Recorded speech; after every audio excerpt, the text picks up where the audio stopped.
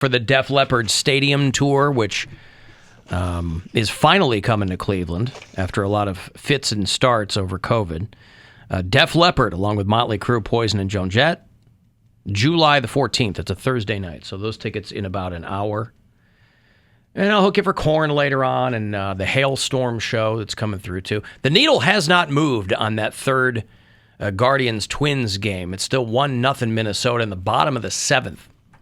Guardians were hoping for the sweep. And maybe they'll pull it out. Yeah, Lord knows they've done that in the first two games, is squeaked out a couple of wins to put them at the top of the division there. So, bottom of the seventh at Target Field, 1-0 Twins right now. And then the Guardians go, I guess they come home. They play the Red Sox. You know, that's a team from Boston, Massachusetts. Oh, yeah. I don't know if a lot of people in Boston talk about their baseball team with any regularity. It's not really a sports town from what I was going to say, not a big sports town. Just like Harvard.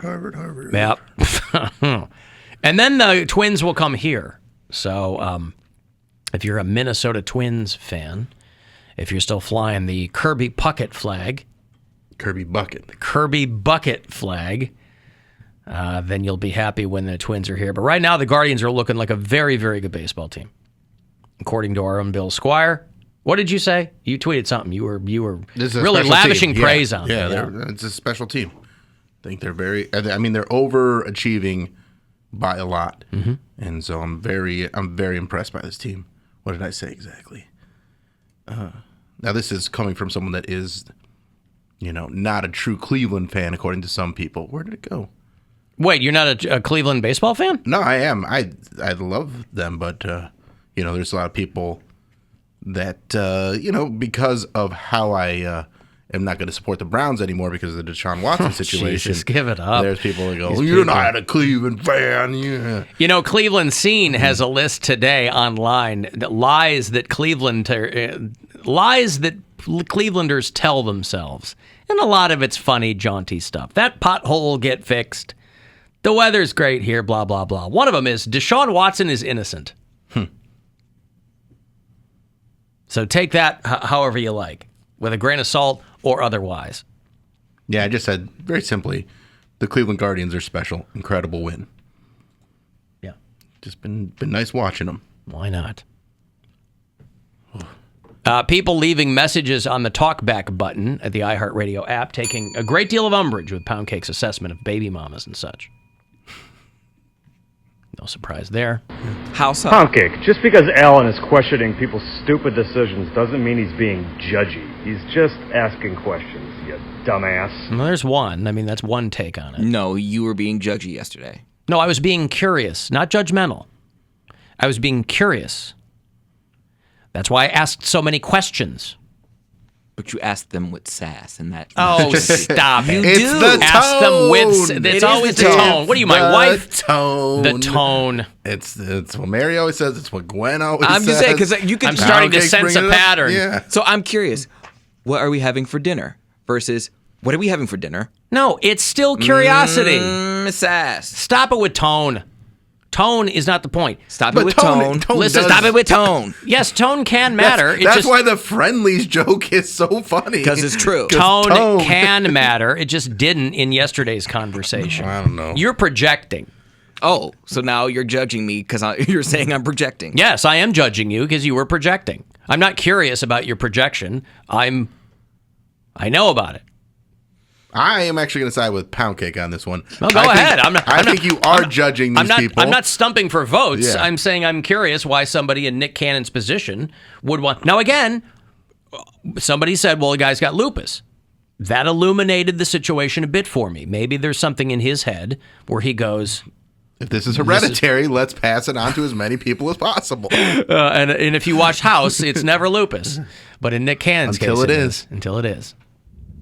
Hey, Alan, this is Aaron, number 495 on the blacklist.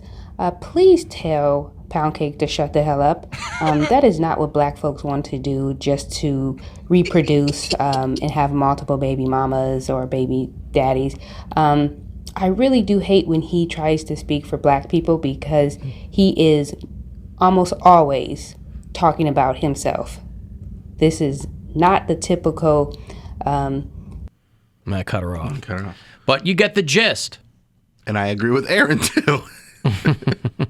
I think there are times when Poundcake is on point, but I think and I think there are. I don't think I'm off point when I say black people like to spread their seed. They like to keep the black race alive. I don't think that that's a mistake. Right, but what I'm saying is that doesn't make them different than any other group of people. There's a biological imperative. Every group of people wants to spread their seed. But I'm saying... That's why guys have been trying to do it for millennia. And it's these damn social constructs that were just made up out of thin air that keeps us from doing it with impunity. Harumph. I feel like more of a priority, though, would be black folks. Like, I feel like... Listen, I have to more of a priority, too. I have to take your word on any commentary about black people. I can't argue with you on that because I'm not... That's what makes it fun for me. But I'm not black. You know what I'm saying? So I can't... but Aaron, who is black, clearly, in her words, wants you to shut the hell up.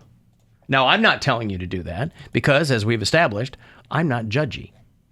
But she would like you to do that. Man, shut your ass up. Oh, boy. Anyway. I just feel like Christmases are a lot fun when you have multiple baby mamas. Like, you just got a half-brother here, a half-sister there. If everybody gets along. No, because he doesn't want them to get along. He wants the drama. Why would you want the drama? Because he is Poundcake. But he wants to live in a reality show. I understand if he's a single guy with no responsibilities other than himself. Drama is fun to watch at a distance. But when you have procreated with people, there's going to be some kind... If everybody gets along... I don't want to be the baby mama. Huh? I don't want to be the baby mama or the baby dad. I want to be invited to that. Like, right. Well, that's different.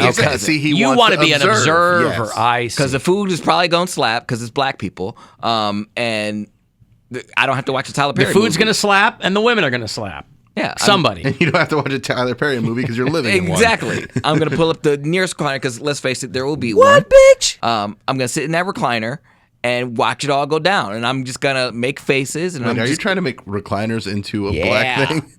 Recliners are a black thing. What do you mean? You know, I have a recliner in my house. Oh, I'm saying not every black... I'm not saying recliners are just a black thing, but every black person has a recliner. For sure. Do you have a recliner? Yes. I've dated multiple black women, and none of them had recliners. Is it a black guy thing? Talk about like a household, like a... Well, they lived in houses. Okay, well then, they're wrong. I wonder if they still had their contact info. That was a long time ago. Hey, it's Alan. Remember me? Remember how you didn't have a recliner? You got a recliner yet? Yeah. You need a recliner or just like a glider. I don't want to have anything to do with anything called Lazy Boy. I got to give you some money here. It's $1,000. That might get you a nice recliner, actually, if your home is Sans Recliner.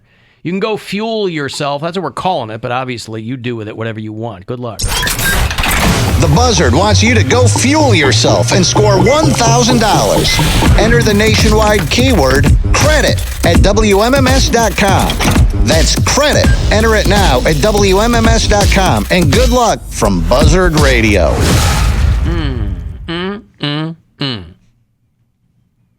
Alan Deshaun Watson won't get suspended one game. Of course. No, he'll get suspended a whole bunch of games. A lot of games. Yeah. I don't think that's something they can just let go. Yeah, I don't think so. People, did anybody happen to see the layout? This was an article that Vice did, but it had a lot of great photos attached to it. A town in Poland, LARPers. You know what LARPing is? Live action role play. It's an acronym. LARPers. Sometimes you'll see people in their front yard with, plastic helmets on and swords. A lot of times it's college kids or teenagers. But there was a town in Poland that were LARPing as American 4th of July in Ohio. And obviously people in Ohio and Americans in general were kind of chuckling at this. The biggest thing to jump out was no guns. Which right there, if you're going to LARP, not only as an American, but as an Ohioan, you should at least be surrounded by all kinds of firearms. But this town in Poland said that they wanted to do, their consuming American pop culture like anybody else. You know, like Stranger Things and X-Files and all this kind of stuff. And they were like, we wanted to do a party that would, we'd be able to show, our party theme was American 4th of July in Ohio. So it was a lot of red, white, and blue food and things like that. But people from Ohio had a lot of thoughts on it. They said that the people there weren't fat enough. And there weren't any guns. And if no one blew their fingers off, it's not a real 4th of July. But, you know, these are people in another country that are trying to... Again, I don't know if they threw a dart at a map and landed on Ohio. I'm not sure. I think one of them said that Ohio to them seemed to be kind of the encapsulation of American culture. But they also said that they were trying to depict the broken American dream, which seems slightly redundant, but nevertheless, people not only in Ohio, but just Midwesterners in general. A lot of people thought it was hilarious. I like this very much. But some other people, you know, you can't account for people not having a sense of humor about something. What the hell was that? Did you hands. fart? Huh? It was my hands. Your hands? I was just kind of gripping my hands, and then apparently had a little fart come out. Oh, man. I thought it was Poundcake. I thought it was coming from... Nope, my mic was off. Just a little hand fart there. Sorry. Wow. You okay? Yeah, I'm good. I mean, I was just listening to you, and then apparently I had been gripping my hands too tight. They sweaty? I mean, there's a little bit, but not sweaty. Okay, I want to say, you can turn the heat down if the heat's too... It's not hot in here. I'm good. Hey, Pete. Yeah, What's going on? I have a suggestion for your song you guys play for the blacklist when people sign up. Oh, it's Big Papa. Exodus. What? Exodus. The band Exodus? Blacklist.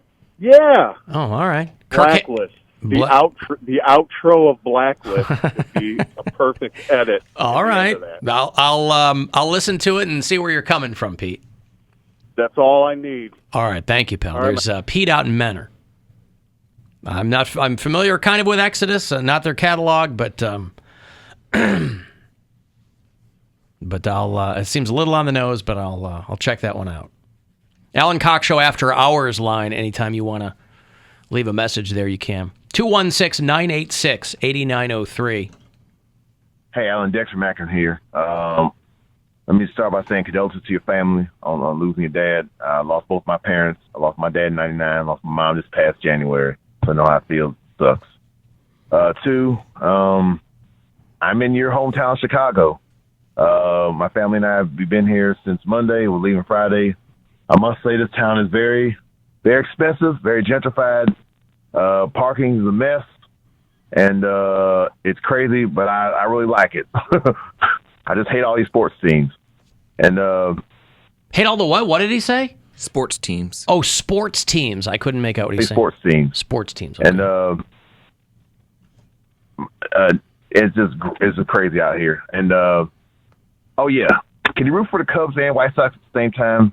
What I'm getting from other people that you definitely cannot do that. Hate to still buy. Some people do that. John Cusack famously, does that, roots. He's like, any Chicago team, I'll root for him. You are expected to pick a side, north or south.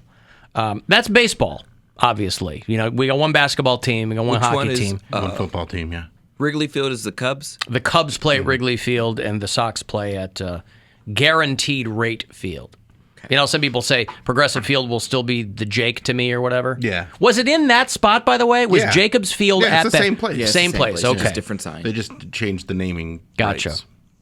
The naming rights went on sale, and Progressive snatched them up. Yeah. When did that? Because I feel like there was a point in which these arenas just started getting sold. Because naming rights. The naming rights started getting sold. Yeah. But when did what was the peak of that? Well, I mean, like 2000. Because I remember when it was. It started in the 90s. There'd be one or two. I feel like one of the first ones was in Miami Pro Player Stadium. United Center in Chicago. I remember that one. When did the Staples Center become the Staples Center? In the 90s. A long time ago. Yeah. Because for the longest time, I didn't know that was named after the Staples store. I was like, wow, Staples has that much money where they can buy, they could buy the naming rights. Not anymore. That's why it's a crypto.com. Is it? Is Yeah. it really? Yep. And there's some really dumb names at some venues, too. Smoothie King Arena. Yeah. They trace it back to 1912, Fenway Park. The owner owned a realty company called Fenway Realty. So it's named after that.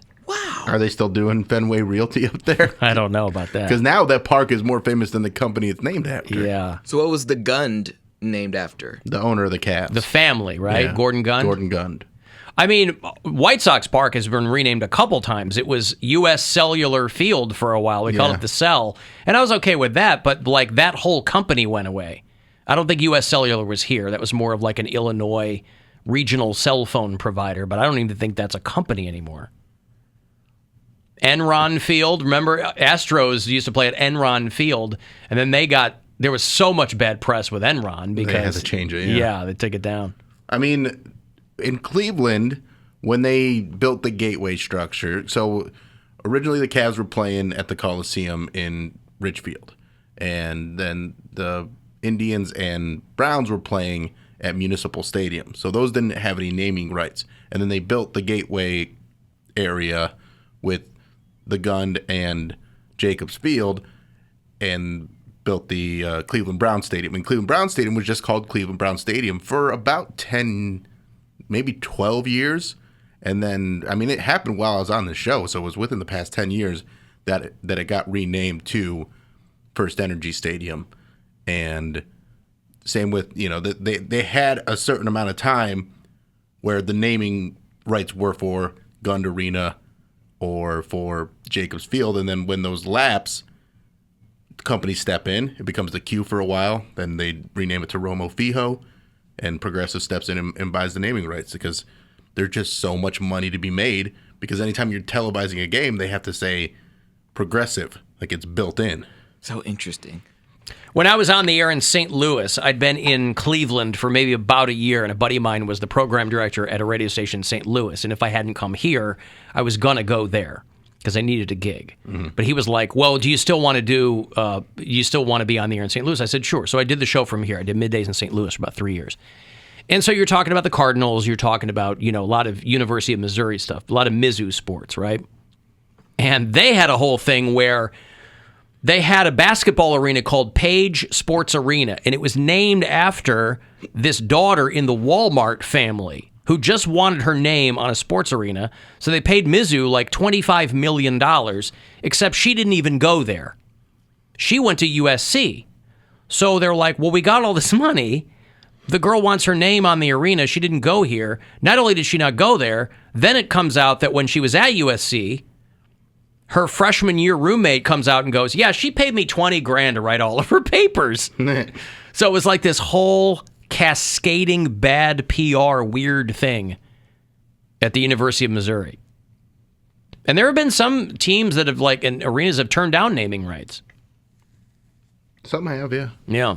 It's very rare, though, because there's just so much money to be made. Just the Yum Yum. I just can't get over the, I think it's in Louisville. Yeah. The Yum Yum Stadium.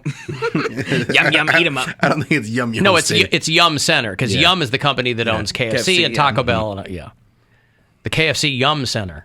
Come on. But Yum has got an exclamation point, which I like. The Yum Tonight Center. at the Yum Center. You got to really do it like that. Is that the Yum Yum Stadium? Yum Yum That's Stadium. Right. Instead of Romo Fijo, I would say it's at the Yum Yum Stadium. Yeah, I'm just live on the waiting for- shores of the Ohio River. One day, the gas station chain Come and Go is going to own a stadium rights. Come and Go Arena. Come and Go Arena. Come and Go Stadium. Yeah. Come and Go Field House. That's right. All right, I'm going to break here. If you want to text for something, 35192. If you listen to the show on the iHeartRadio app, you can leave us messages there on the talkback button, and we'll be back. The